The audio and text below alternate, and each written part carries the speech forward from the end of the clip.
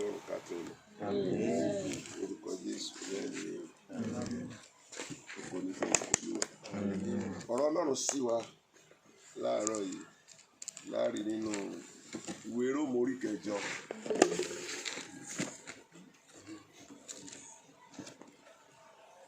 Ẹsẹ̀ 35 to 39.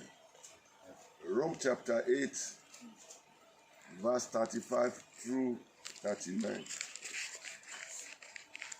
Ó kà báyìí wípé ta ni yóò wá yà wá kúrò nínú ìfẹ́ Kristi?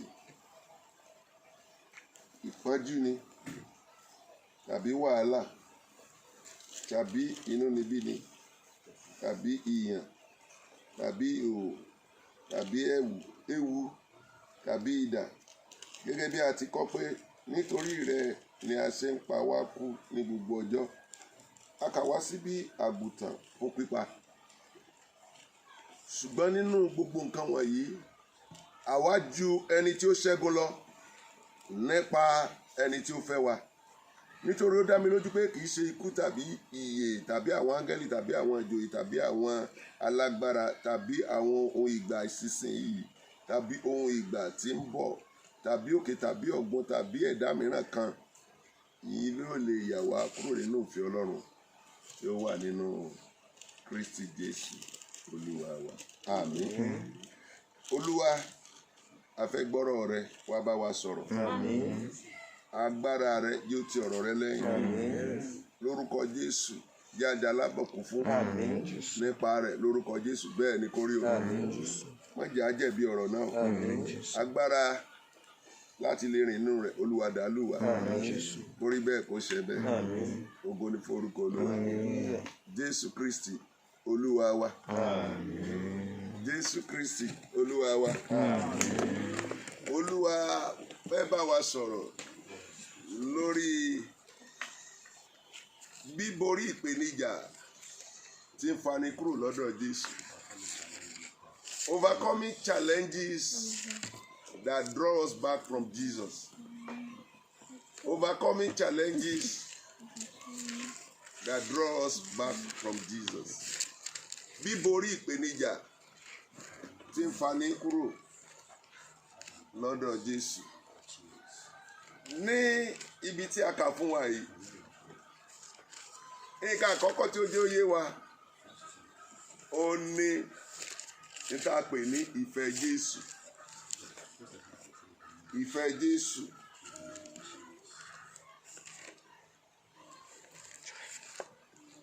Ní ẹsẹ̀ 35, ìbéèrè ló béèrè. Ó ní kí ni yóò wá kúrò nínú ìfẹ́ Kristi. Gbólóhùn yẹn ó fi yé wa pé àwọn tí a dojú ọ̀rọ̀ náà kọ ní àwọn tó ti wà nínú ìfẹ́ Kristi. You can never lose what you never had. Nítorí ò ní tẹ́lẹ̀ ò lè pàdánù rẹ̀. So ọ̀rọ̀ yìí ń bá àwọn tí a gba Jésù ní Olúwa àti Olùgbàlà wí. Àwọn tó ti ń gbénú ìfẹ́ rẹ̀ kì í ṣe àwọn tí ò gbénú ìfẹ́ rẹ̀. Kí làwọn tí ò gbé ìfẹ́ wo rí? Ìfẹ́ Kristi wo làwọn yẹn fẹ́ fi sọnù? Àwọn tí ò gbénú ìfẹ́ rẹ̀ tẹ́lẹ̀. So ó ń bá àwọn tó ń gbénú ìfẹ́ Jésù sọ̀rọ̀. Àwọn tó ti kọ ayé sílẹ̀, kọ ẹ̀ṣẹ̀ sílẹ̀. Tí wọ́n ń gbé, tí wọ́n ti dágbére fún ayé. Tí Jésù ti gbàkóso ọkàn wọn, tí èé ṣe ìfẹ́ ara wọn ní ẹ̀ ṣe mọ́, kì í ṣe ìfẹ́ táyé. Jésù dá wọn mọ̀ pé ìfẹ́ tòun ni wọ́n ń ṣe. Ṣùgbọ́n torí pé ìrìn àjò ní tí wọ́n ń pè ní gbàlà kì í ṣe ìṣẹ̀lẹ̀, ìrìn àjò ní. Bẹ́ẹ̀ ni tó bẹ̀rẹ̀ níjọ́ tá a gba Jésù ní Olúwa àti Olùgbàlà tí ó sì parí níjọ́ tá a bá parí èrè ìje wa pẹ̀lú Jésù nínú ayé yìí. So ìrìn àjò ní. Nínú ìrìn àjò yẹn wá ní ẹ gbọ́ àwọn ìpèníjà a máa dojúkọ yẹn o, tí ó dojúkọ ìfẹ́ Jésù tó lọ gbà yẹn. Nínú ayé yìí ṣẹlẹ̀ bẹ́ẹ̀ lóríṣiríṣi ọ̀nà ló sì ti lè ṣẹlẹ̀. Irú ìṣẹ̀lẹ̀ etí ṣẹlẹ̀ lọ́wọ́ tọ́ka gbogbo ayé yìí coronavirus. Bẹ́ẹ̀ ni yóò fi hàn kálukú bẹ́ẹ̀ ni bó ṣe fẹ́ràn Jésù so. Ó jẹ́ ìpèníjà tó dojúkọ fífẹ́ràn tá a fẹ́ràn Jésù. Kì í dẹ̀ ṣe èyí ò ní ìpèníjà kan ṣoṣo tá a sọ pé a dojúkọ. Ìpèníjà pọ̀ lóríṣiríṣi tá a lè dojúkọ tó dojúkọ fífẹ́ tá a sọ pé a fẹ́ràn Jésù. Nǹkan kejì tó ṣẹlẹ̀ níbẹ̀ yẹn ni wípé tí ẹsẹ̀ yẹn fẹ́ ká mọ̀ tá a sọ̀rọ̀ lé lórí tó lọ́ fi bá wa sọ̀rọ̀ lé ní. Ó ní wípé ìfẹ́ tá a dánwò kì í ṣe ìfẹ́ gidi. So it's not strange. Kì í ṣe ohun àjòjì. Kì í ṣe ohun òrírú ẹ̀ rí. Ọlọ́run a máa gbà láyè fún rẹ̀ ká dá ìfẹ́ tá a sọ wípé òun fẹ́ a fẹ́ wò láti lè mọ̀ bóyá ìfẹ́ tòótọ́ ni àbí ìfẹ́ ẹ̀tàn. Láti lè mọ̀ bóyá ìfẹ́ ojúlarí ni àbí ìfẹ́ àtọkànwá.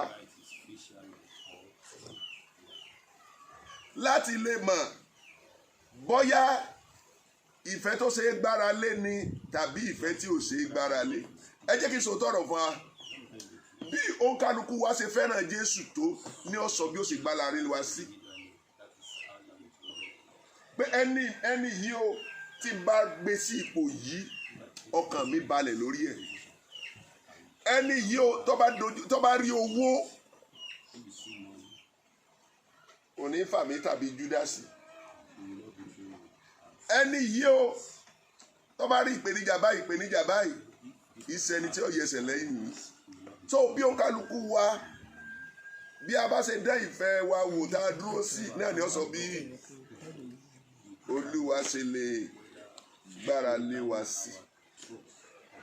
Níbi tí a kà fún wa ó jẹ́ ó yé wa ìránṣẹ́ Ọlọ́run Pọ́ọ̀lù ó mú àwọn tó lè dojúkọ ìfẹ́ tá a sọ pé a fẹ́ Kristi. Ó jẹ́ ó yé wa ó ṣàpèjúwe rẹ̀ fún àpẹẹrẹ ó sọ ìpọ́njú a máa jẹ́ kí a máa dojúkọ ìfẹ́ tẹ̀yẹ̀ sí ìfẹ́ Jésù. Ẹsẹ̀ 35 ó ní ta ni yóò yà wá kúrò nínú ìfẹ́ Kristi. Ìpọ́njú ó lè dojúkọ ìfẹ́ tí èèyàn fẹ́ Jésù. It's a reality. Ìtàdé ń pè ní ìpọ́njú tribulation or affliction. A máa ti ọ̀dọ̀ èṣù wá tí ó fi dojúkọ ìfẹ́ tí èèyàn fẹ́ Jésù. Bẹ́ẹ̀ni kì í ṣe pé torí pé ń gbégbé ayé ẹ̀ṣẹ̀ alọ́fẹ́ Jésù sẹ́. Irú ẹni tí Jóòbù á dẹ̀ dojúkọ. Ó lè ṣẹlẹ̀ bẹ́ẹ̀. Òmíràn ni wàhálà trouble. Èèyàn lè ní ìrírí rẹ̀ tí ó ní ìrírí wàhálà. Òmíràn ó ní inú níbí ni.